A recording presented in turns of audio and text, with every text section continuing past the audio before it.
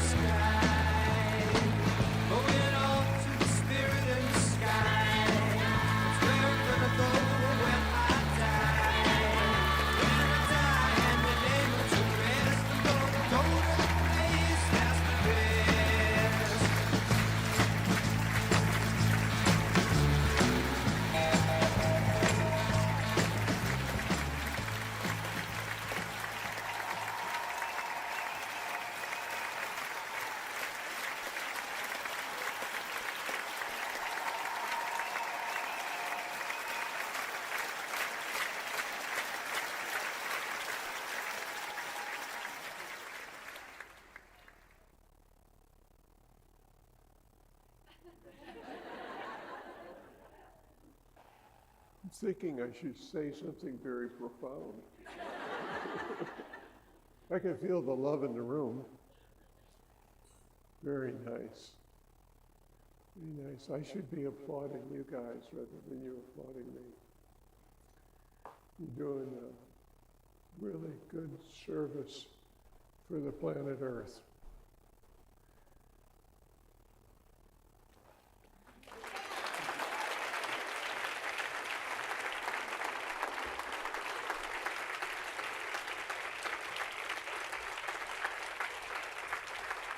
And how about this girl? Is she wonderful?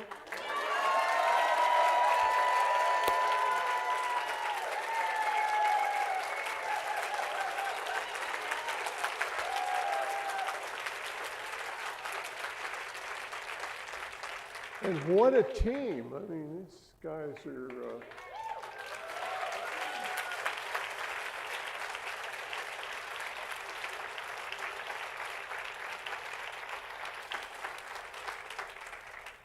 So what have you all been doing?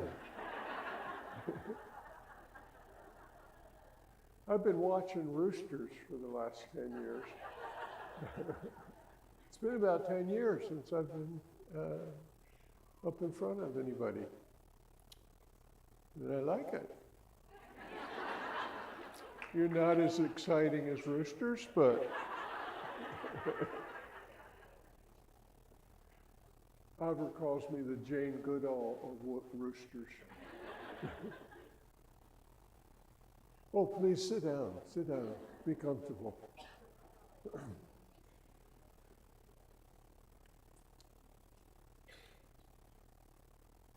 I have a rooster, we call him Pretty Boy.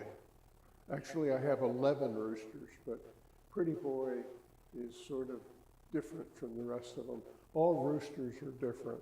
They're, you know, you met one rooster, very unique personality.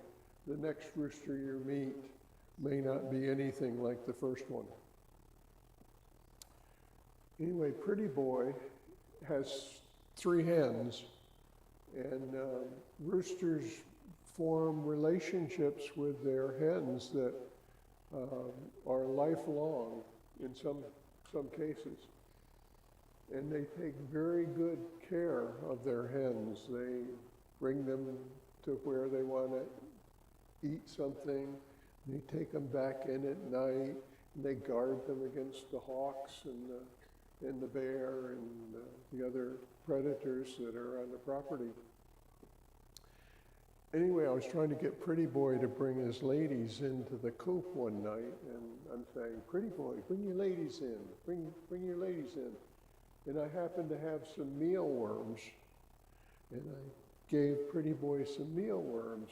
And as soon as I put down the mealworms, he goes, quack, quack, quack, quack, quack, and all the ladies come running, and they go right in the coop. I go, that's pretty cool. So like for the next 2 or 3 months, every night I'd go out and I'd say, Pretty Boy, bring your ladies, and I'd throw down a handful of worms, and he would call them all in, and I could close the coop, and it was, very easy. And then I ran out of worms, so I went out and I said, Pretty Boy, bring your ladies. And I closed the coop, no worms. And I got away with that 2 nights. The 3rd night, I went out and I went, Pretty Boy, bring your ladies.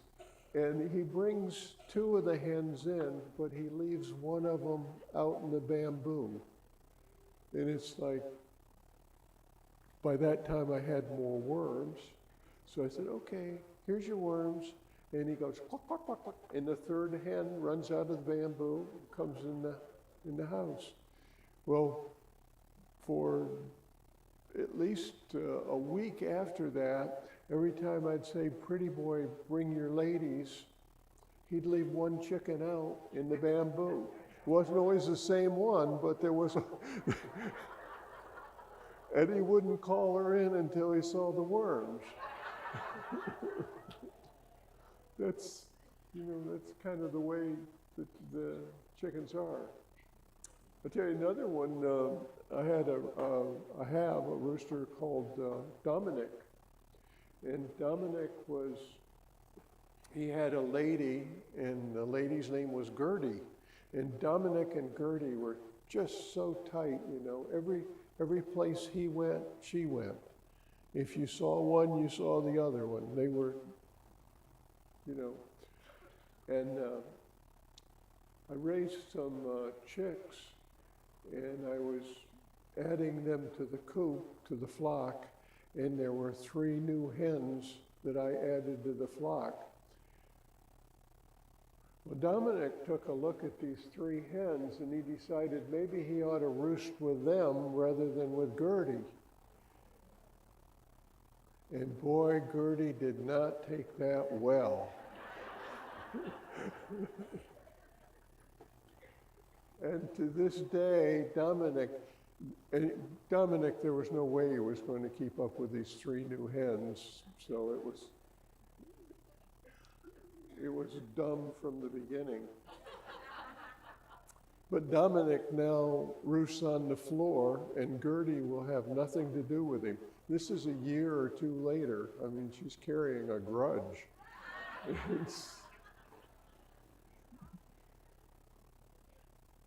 Roosters are pretty interesting things. So what are you guys doing? Anybody got any question or anything they want to talk about? Good. Yeah, okay. What is the reason that we are just going in the evolution so fast? Yeah, I don't have a good answer for that, but I think there are forces that are operating in human society that are beyond things that we understand. And they seem to be leading us toward something. I'm not sure that it's a peak or a valley, but there does seem to be a general feel of some kind of ancient indoctrination that's kind of showing up and working its way out. And my hope is that it works its way out before we destroy ourselves with it. But it's something very deep in consciousness. Consciousness is a pretty interesting study. You take somebody and you ask them a question and they'll give you a viewpoint. They'll say, well, I feel this way. My hope is that it works its way out of some kind of ancient indoctrination that's kind of showing up and working its way out. And my hope is that it works its way out before we destroy ourselves with it. But it's something very deep in consciousness. Consciousness is a pretty interesting study. You take somebody and you ask them a question and they'll give you a viewpoint. They'll say, well, I feel this way about it. And when they say that, what's happening in consciousness is that they have this old memory, or they imagine something that makes their viewpoint right. So it's not like you don't just say, I like blue. You say, I like blue, and you think about the time when you saw how beautiful blue was and you had an emotional response to it, and that's why you like blue. Well, when you go with your own memory and your own experiences, you're pretty safe to express your viewpoint. The problem becomes when somebody else puts their idea of why you like blue in there, and it becomes, what color do you like? And you say, I like blue. And what flashes is just this idea that you should say, I like blue. There's no experience connected with it. It's just an indoctrinated idea. And one of the things that you guys are learning and doing is you're getting past this indoctrination, and you're going, why is it I like blue? And you either like it because blue was good to you, or blue was what you grew up with, or otherwise there's some kind of conscious reason for your choices going on. And it doesn't really make blue better than any other color. It's how consciousness works. Now, if you take, instead of take blue, you take a political candidate, and you say, why do I like this political candidate? You're working with the same sort of thing going on in consciousness. You like the political candidate, not for very logical reasons, but because of it's connected with something that says, this is what I like. So we really become slaves of our own consciousness, and you are not consciousness. You're something other than consciousness. You'll wake up to that one day, or die to it, whatever. So the consciousness is, in itself, is an indoctrination. But there are ways that you can use it, that you can actually use it as a tool and discover stuff. But because of, you say, why do I like this political candidate? You're working with the same sort of thing going on in consciousness. You like the political candidate, not for very logical reasons, but because of it's connected with something that says, this is what I like. So we really become slaves of our own consciousness, And you are not consciousness, you are something other than consciousness. You'll wake up to that one day, or die to it, whatever.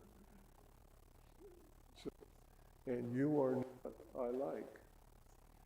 So I like, but because of it's connected with something that says this is what I like. So we really become slaves of our own consciousness, and you are not consciousness, you're something other than consciousness. You'll wake up to that one day, or die to it, whatever. So the consciousness is, in itself, is an indoctrination. But there are ways that you can use it, that you can actually use it as a tool and discover stuff.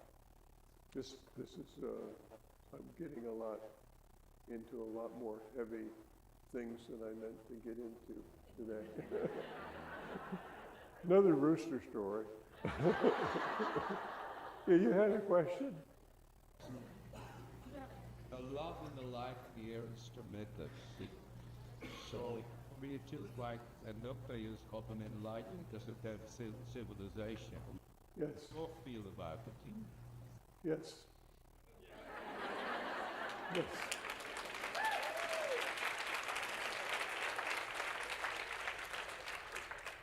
Observe, good answer. Yes.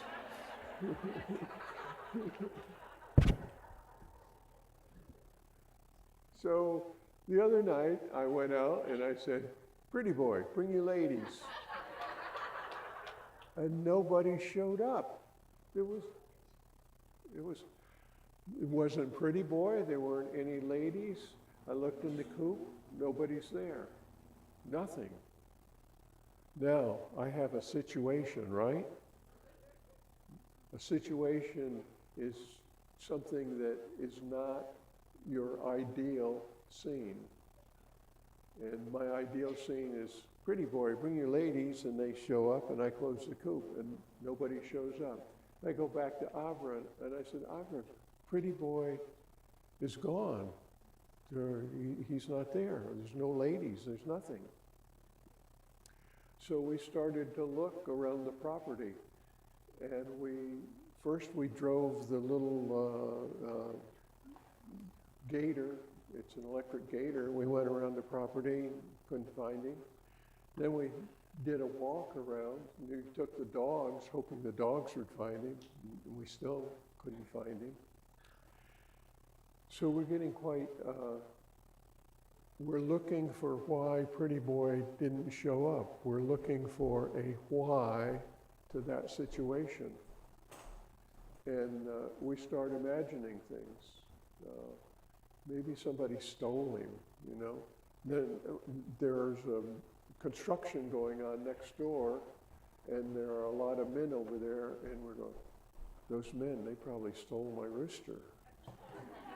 They stole my rooster, but they stole all his hens. I mean, everybody's gone.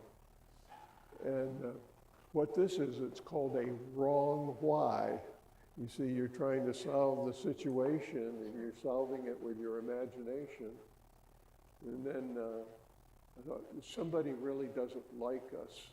And they came in and they kidnapped pretty boy and his hens. And I was going, "Yeah, that's probably what happened, yeah." So we sat down on a bench, and it's getting dark, and all of the other roosters and hens have gone to roost, and there's still no pretty boy. And Avra says, "Let's one more time. Let's really look one more time." You see, this is perseverance in a situation. You don't give up on it. And we walked out to the back of the property where there's a real thick bamboo thicket, and all of a sudden, pretty boy comes out of the bamboo, but he goes right back in. He just comes out, goes back in. I go, wow, there's Pretty Boy. Why are you acting so weird? I've got worms, you know. And pretty soon we find that he brings out two of his ladies, but where's the third lady? And Gray, our German Shepherd, he finds the third lady, and she is unfortunately fallen victim to an owl. And she's been half eaten. The reason I say it's an owl is because of the feeding pattern of how an owl eats a chicken. Predators will be predators. And Pretty Boy's not taking any chances with his other two hens. He's keeping them in the bamboo. And so when he sees that I've showed up and we're saying, come on, Pretty Boy, it's okay, he walks between the two of us back to the chicken coop with his two hens, and I put him away. And now we have a right why. It was the owl and the predation of the hen that caused the situation. And so now we know, well, we can't, what happens is in the winter, the owls come south to winter. And normally we don't have owls, great horned owls, on our property. So we have a way of protecting now Pretty Boy until the spring comes and the owl goes back north. And so it was such a perfect way of saying, here's a situation, and the first thing you imagine are not proper answers to the situation.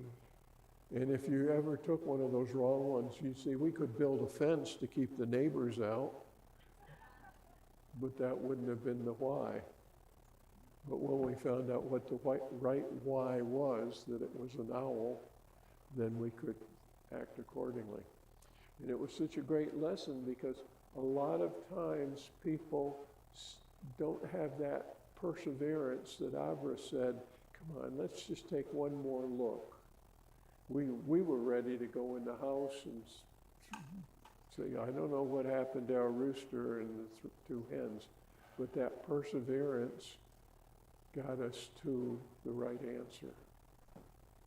Great lesson, don't you think? That's from roosters.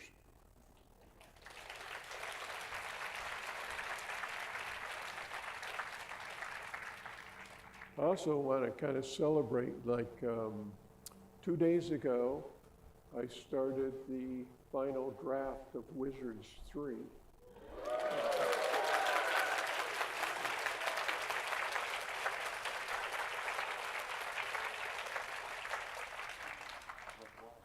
Which is all about restoring attention. And, you'll have that in the spring. That'd be a good thing to look forward to in the spring.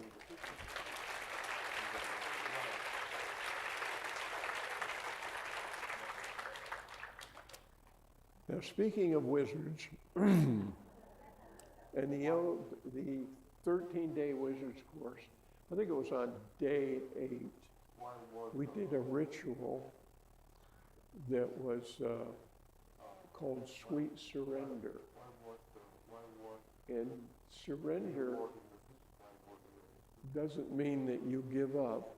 Surrender means that you stay aware, but you let what's happening happen. And you can surrender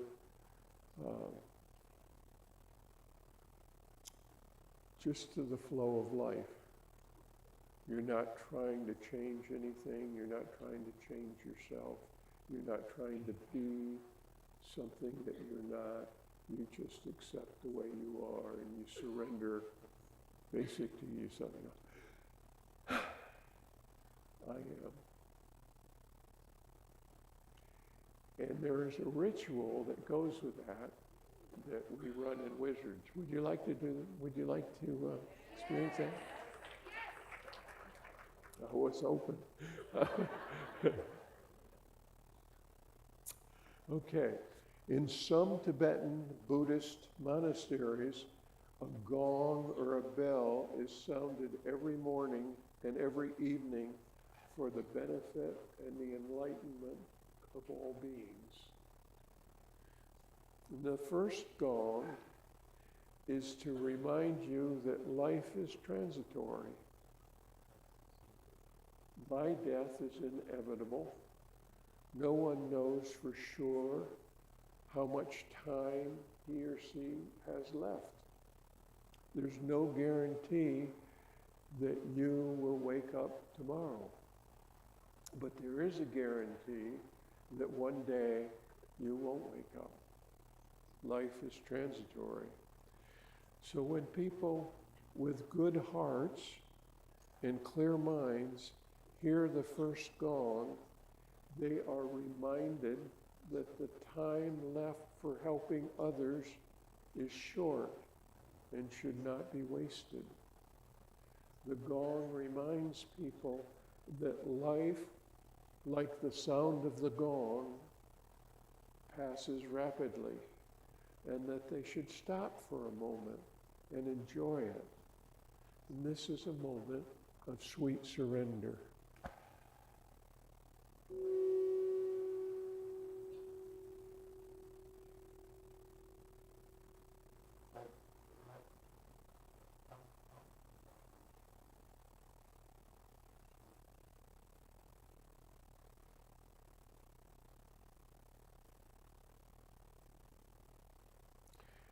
As the sound echoes from mountains to stillness, people stop what they're doing and they listen for the sound of the second gong.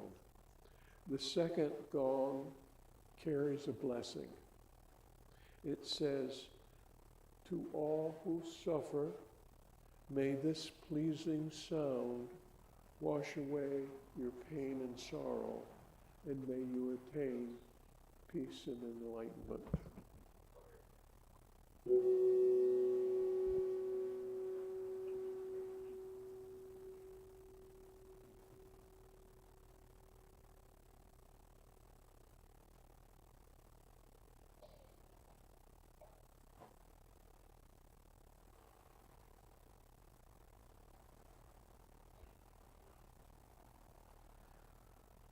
The third gong is a reminder to practice self-examination. If my life were to end this day, to vanish like the sound of the gong, is the action I'm engaged in worthwhile? Are my thoughts the ones that I would like as a foundation for a mind in my next life? Are the intentions in my heart the one I want to shape the next life? Is what I am doing an action that I can afford to die while doing?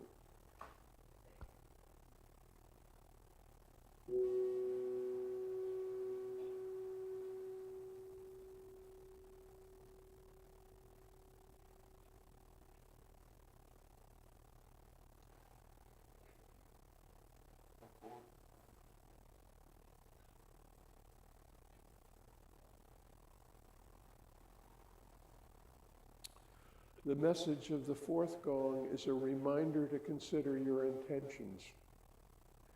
Only your intentions carry beyond death. Friends and relatives will be unable to help you. Possessions, status, and power will be of no help.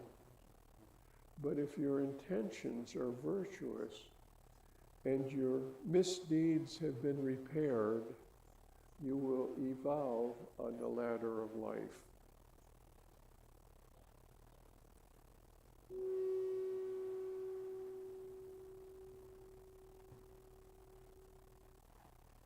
Friends and relatives will be unable to help you. Possessions, status, and power will be of no help. But if your intentions are virtuous and your misdeeds have been repaired, you will evolve on the ladder of life.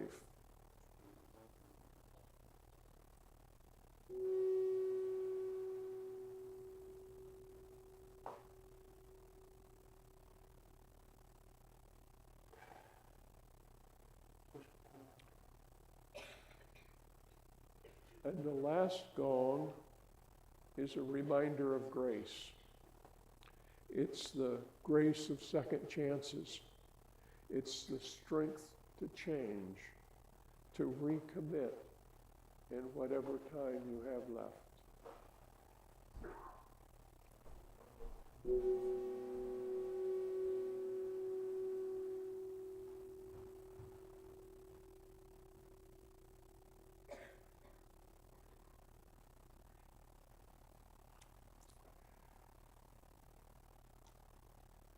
Surrendering to the flow of life is an expression of your respect and devotion for the divine will, for your divine will.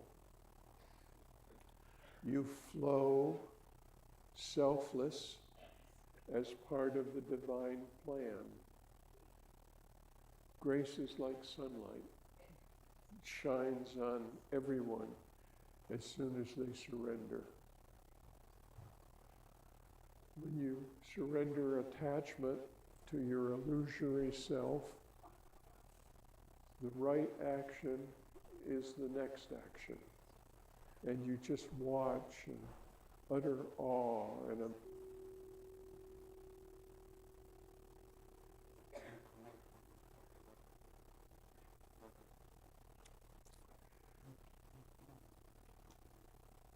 surrendering to the flow of life is an expression of your respect and devotion for the divine will, for your divine will.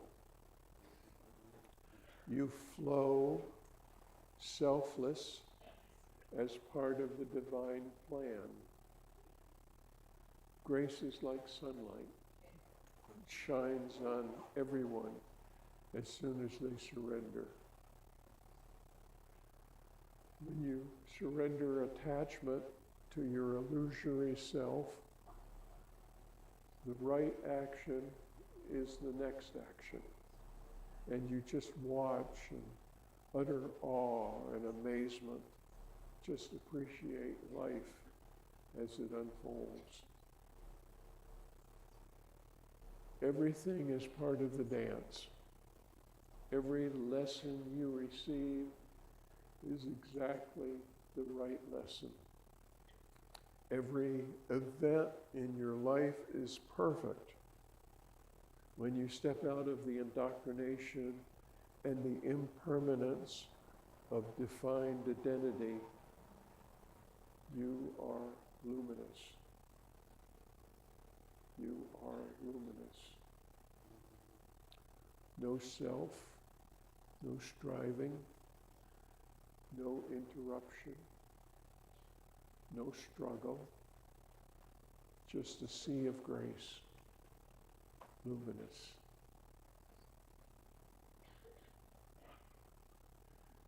Thank you, Father. There is no appointment, no disappointment, only the sweet flow of the river of life around you, flowing from the stillness of eternity. I ask you to trust in your own journey. Know that nothing happens that is not ultimately for your own good. And may you be free of pain and sorrow and find peace and enlightenment. And thank you very much for having me come today. I'm just thrilled to be here.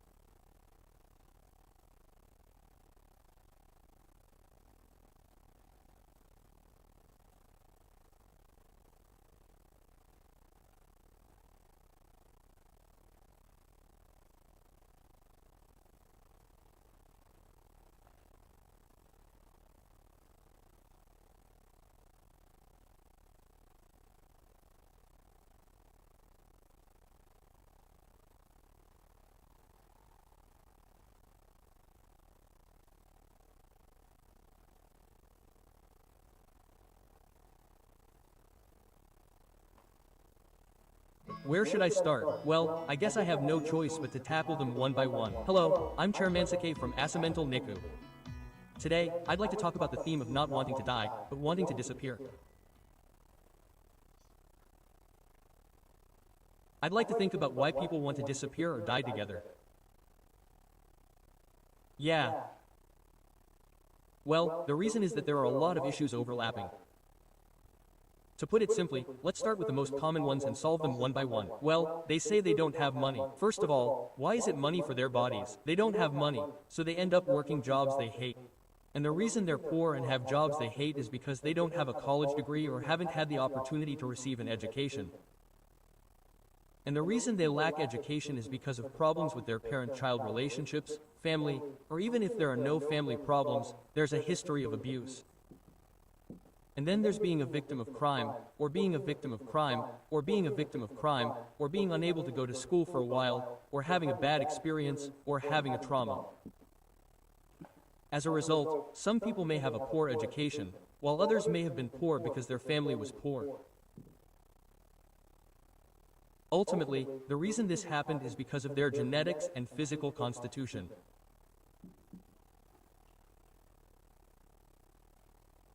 Intellectual problems, developmental problems, personality disorders, difficulty controlling emotions, and physical illnesses. They may have these kinds of problems. However, these physical problems are also caused by their parents, and sometimes their parents themselves have mental illnesses. Yeah. So, it's all connected in a way. So, here, there's bullying, both in the past and now at work. When they were in school, their teachers protected them, but now their boss doesn't. The boss might think that it's better to choose a boss who is a bully but makes money than a subordinate who is being bullied. Things like that can happen.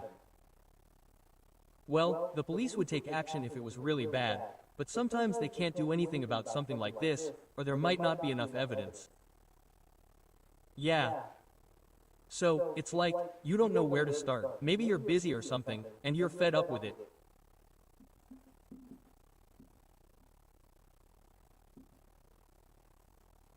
You feel regret, inferiority complex, and maybe you feel like you're being unfair.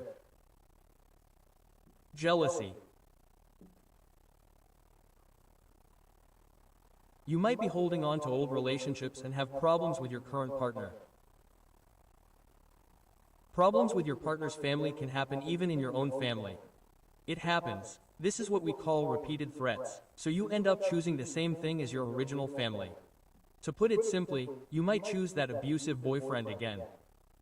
It's common for people to get back together with their abusive boyfriend even though they broke up because of the violence, but all of these things are changing. And because you're so frustrated, you end up spending money. You try to solve your problems with money, gambling or shopping. This kind of gambling and shopping addiction can lead to poverty. But there may be underlying physical issues that lead to gambling and shopping addiction, or educational issues. Or it may be the environment. It may also be an environmental issue where everyone gambles. That's why it's more likely to happen in poor areas, where there are more of these kinds of things, or in areas that don't value education. People may think, it's okay because everyone else is doing it, and so it happens. So, it's all pretty much intertwined, isn't it? Yeah. So, it's all messy and specific, and it's so ingrained in reality that it's hard to know where to start, and it's only natural that you'd want to just disappear. Yeah. And it says that if you do this much, you'll get tired. When it comes to where to start, you just have to tackle each problem one by one. You have to accept that things like this can't be helped and make the most of your individuality. Even if you can't get your education back, if you lack education, there are things you can learn now. So open your textbooks slowly and study slowly over time. Stay in the learning zone, so it's not too easy and not too hard, for 5 to 10 years. Don't go this way, and once you get to that way, go that way, and so on. Yeah. If your environment is bad, you'll have to move, and if you have work problems, you might have to change jobs slowly and gradually, and you'll have to treat past traumas, and if you have current family problems or interpersonal relationships, you'll have to resolve them.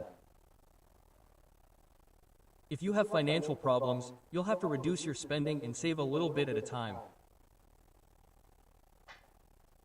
That's what it comes down to, and if you're not good at saving, you can start keeping a planner or something like that. Yeah. So you just have to take it slow. So, it's not like you can get better with just one treatment, like setting up a barrier, or like you can get better by having the courage to be disliked in adore psychology, or by doing cognitive behavioral therapy, or by just resolving past traumas. You have to do this whole thing slowly, one step at a time. Yeah.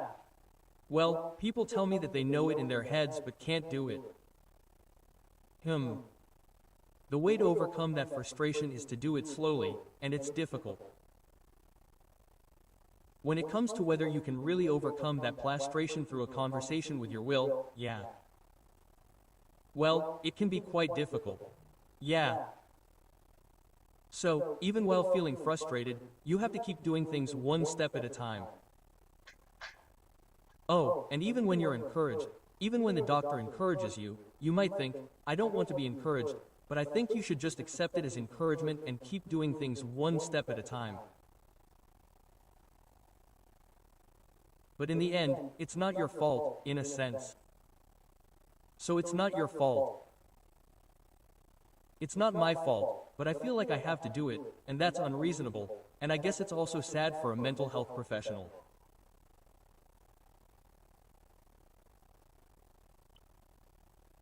Yes. So, I've explained why it's like, I don't want to die, but I want to disappear.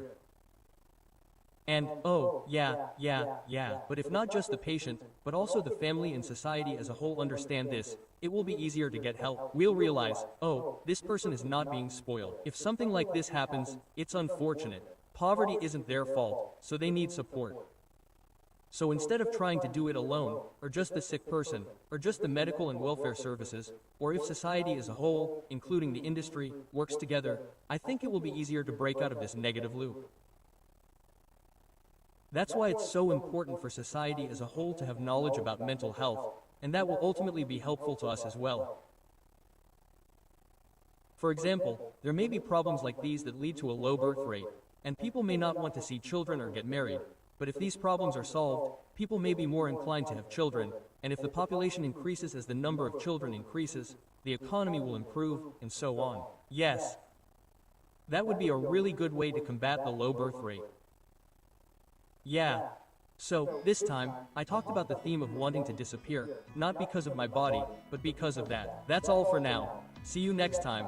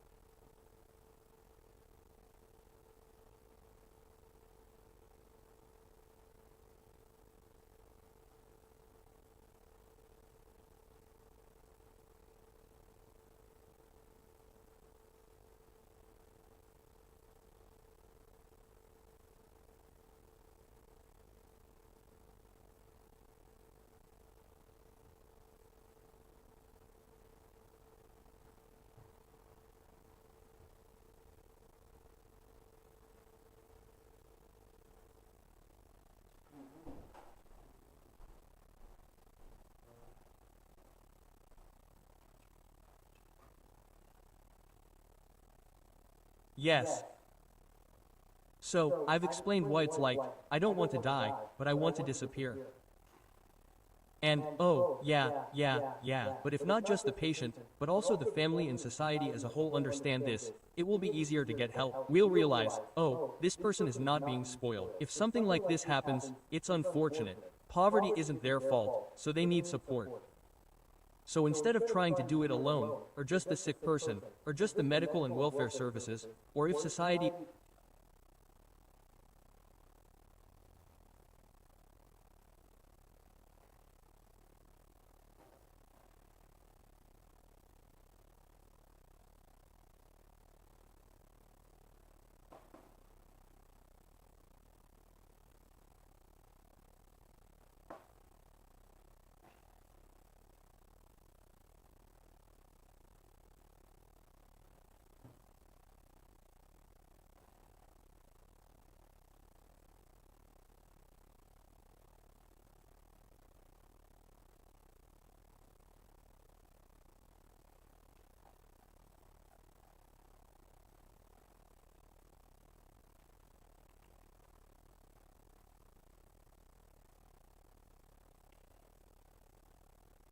You would grant us blessings at the hour of death. We beseech you to hear